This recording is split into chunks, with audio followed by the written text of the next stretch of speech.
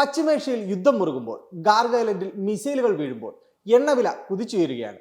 ഇതിനിടയിൽ കൗതുകകരമായ ചില സംഭവങ്ങൾ കൂടി നടക്കുന്നുണ്ട്. ലോകത്തിലെ ഏറ്റവും വലിയ എണ്ണ ഉൽപ്പാദകരായ അമേരിക്ക ഇപ്പോൾ ദശലക്ഷക്കണക്കിന് ബാരൽ എണ്ണ മറ്റ് രാജ്യങ്ങളിൽ നിന്നും ഇറക്കുമതി ചെയ്യുകയാണ്. എന്താണ് ഇതിന് പിന്നിലെ രഹസ്യം? നമുക്ക് നോക്കാം.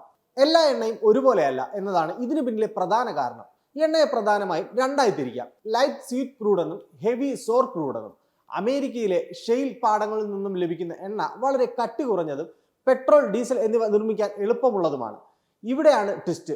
അമേരിക്കയിലെ വലിയ എണ്ണ ശുദ്ധീകരണശാലകൾ നിർമ്മിച്ചിരിക്കുന്നത് 1970കളിലും 80കളിലുമാണ്. അന്ന് അമേരിക്കയിൽ എണ്ണ കുറവായിരുന്നു. ഗൾഫ് രാജ്യങ്ങളിൽ നിന്നും വെനിസ്വേലയിൽ നിന്നും വരുന്ന ഹെവി ക്രൂഡ് ശുദ്ധീകരിക്കാനാണ് ഈ കോടിക്കണക്കിന് ഡോളർ വിലയുള്ള പ്ലാന്റുകൾ ഡിസൈൻ ചെയ്തിരിക്കുന്നത്. അമേരിക്കയുടെ കയ്യിലുള്ള പുതിയ ലൈറ്റ് എണ്ണ ഈ പഴയ വലിയ മെഷീനുകൾക്ക് പറ്റിയതല്ല. ഈ പ്ലാന്റുകൾ മാറ്റണമെങ്കിൽ ഇനിയും കോടിക്കണക്കിന് ഡോളർ ചിലവാകും. അതുകൊണ്ട് അവർ സ്വന്തം നല്ല എണ്ണ പുറത്തേക്ക് വിൽക്കുകയും തങ്ങളുടെ പ്ലാന്റുകൾക്ക് അനുയോജ്യമായ കട്ടിയുള്ള എണ്ണ പുറത്തുനിന്ന് വാങ്ങുകയും ചെയ്യുന്നു. ഷെയിൽ ഓയിൽ അന്താരാഷ്ട്ര വിപണിയിൽ ഉയർന്ന വിലയുള്ളതാണ്. പെട്രോളും വിമാന ഇന്ധനവും നിർമ്മിക്കാൻ ഇത് ഉത്തമമായതുകൊണ്ട് തന്നെ ലോകരാജ്യങ്ങൾ ഇതിനെ വലിയ വില നൽകും. അമേരിക്ക ചെയ്യുന്നത് ലളിതമായ കാര്യമാണ്. തങ്ങളുടെ പക്കലുള്ള വില കൂടിയ എണ്ണ ലോക വിപണിയിൽ വിൽക്കുന്നു. എന്നിട്ട് തങ്ങളുടെ റിഫൈനറികൾക്ക് ആവശ്യമുള്ള വില കുറഞ്ഞ എണ്ണ പുറത്തുനിന്നും വാങ്ങുന്നു. ഈ ഇടപാടുകളിലൂടെ അവർക്ക് വലിയൊരു തുക ലാഭിക്കാൻ സാധിക്കുന്നു. സൗദി അറേബ്യയും റഷ്യയും പിന്നിലാക്കി പ്രതിദിനം ഏകദേശം 13 മില്യൺ ബാരലിലധികം എണ്ണയാണ് അമേരിക്ക ഉൽപ്പാദിപ്പിക്കുന്നത്.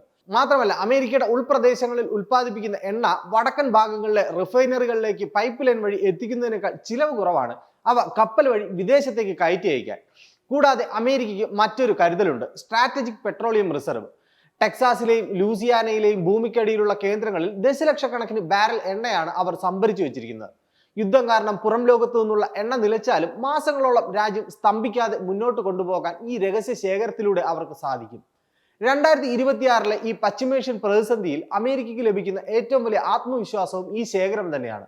ഇപ്പോഴത്തെ സാഹചര്യത്തിൽ ഇതിന് മറ്റൊരു രാഷ്ട്രീയ വശം കൂടിയുണ്ട്.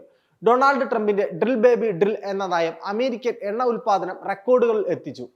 ലോക വിപണിയിൽ എണ്ണവില കൂടുമ്പോഴും സ്വന്തം എണ്ണ വലിയ വിലയ്ക്ക് വിറ്റ് അവർ ലാഭം ഉണ്ടാക്കുന്നു. അതേസമയം റിഫൈനറികൾക്ക് ആവശ്യമുള്ള ഹെവി ക്രൂഡ് കാനഡയിൽ നിന്നോ മെക്സിക്കോയിൽ നിന്നോ സുരക്ഷിതമായി എത്തിക്കുന്നു. ചുരുക്കത്തിൽ അമേരിക്ക എണ്ണ വാങ്ങുന്നത് അവർക്ക് ഇല്ലാത്തത് കൊണ്ടല്ല, മറിച്ച് അവരുടെ മെഷീനുകൾക്ക് അത് അത്യാവശ്യമായതുകൊണ്ടും ബിസിനസ് പരമായി അത് ലാഭകരമായതുകൊണ്ടുമാണ്. കൂടാതെ അമേരിക്ക എണ്ണ വാങ്ങുന്നതും വിൽക്കുന്നതും വെറുമൊരു കച്ചവടമല്ല, മറിച്ച് അതിനു പിന്നിൽ ഡോളർ രാഷ്ട്രീയം കൂടിയുണ്ട്. 1974 American treasury secretary William Simon Saudi അറേബ്യയുമായി ഒരു ചരിത്രപരമായ കരാറിൽ ഒപ്പിട്ടു. ആ കരാറിലെ പ്രധാന നിബന്ധനകൾ ഇതായിരുന്നു: സൗദി അറേബ്യയിലെ ഭരണകൂടത്തിന് അമേരിക്ക സൈനിക സുരക്ഷ ഉറപ്പാക്കും, അത്യാധുനിക ആയുധങ്ങളും സംരക്ഷണവും നൽകും. ഇതിന് പകരമായി സൗദി തങ്ങളുടെ എണ്ണ ഡോളറിൽ മാത്രമേ വിൽക്കാവൂ. സൗദി ഇത് സ്വീകരിച്ചതോടെ ഒപെക് രാജ്യങ്ങളും ഇത് പിന്തുടരാൻ നിർബന്ധിതരായി. അങ്ങനെ ആഗോളതലത്തിൽ പെട്രോ ഡോളർ സിസ്റ്റം നിലവിൽ വന്നു. ഏതൊരു രാജ്യത്തിനും എണ്ണ വേണം. എണ്ണ വാങ്ങണമെങ്കിൽ അവരുടെ കയ്യിൽ ഡോളർ വേണം.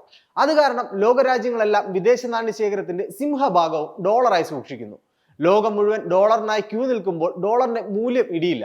കൂടാതെ അയൽ രാജ്യങ്ങളിൽ നിന്ന് ഭീഷണി നേരിടുമ്പോൾ അറബ് രാജ്യങ്ങൾക്ക് ആധുനികമായ ആയുധങ്ങൾ നൽകുന്നത് അമേരിക്കയാണ്. എണ്ണ വിറ്റു കിട്ടുന്ന പണത്തിന്റെ വലിയൊരു ഭാഗം അമേരിക്കൻ ആയുധങ്ങൾ വാങ്ങാനായി അവർ തിരികെ നൽകുന്നു. അതായത് എണ്ണയുടെ പണം ആയുധങ്ങളിലൂടെ അമേരിക്കയിലേക്ക് തന്നെ തിരിച്ചെത്തുന്നു. അമേരിക്ക എണ്ണ വാങ്ങുന്നത് അവരുടെ കരുത്ത് വർദ്ധിപ്പിക്കാനാണ്. ലോകത്തിന്റെ ഒരു ഭാഗത്ത് മിസൈലുകൾ പായുമ്പോൾ മറുഭാഗത്ത് അമേരിക്ക ഷെയിൽ പാടങ്ങളിലൂടെയും ഡോളർ രാഷ്ട്രീയത്തിലൂടെയും തങ്ങളുടെ ശക്തി വർദ്ധിപ്പിക്കുകയാണ്.